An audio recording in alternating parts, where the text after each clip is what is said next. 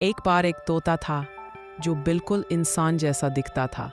चाल, आवाज और हर हरकत इंसानों जैसी। वह रोज गांव में घूमकर सबको परेशान करता। कभी किसी की टोपी उठाकर भाग जाता, कभी किसी के घर की घंटी बजाकर छिप जाता। एक दिन उसने स्कूल में जाकर बच्चों की नकल उतारी और सब हंसते हंसते लोटपोट हो गए। आखिर में गांव वालों ने फैसला किया कि उसे दोस्ती से समझाया जाए। तोते ने माफी मांगी और बोला, मैं मस्ती करता था, अब किसी को तंग नहीं करूंगा। उस दिन के बाद वह सबका फेवरेट कॉमेडी तोता बन गया।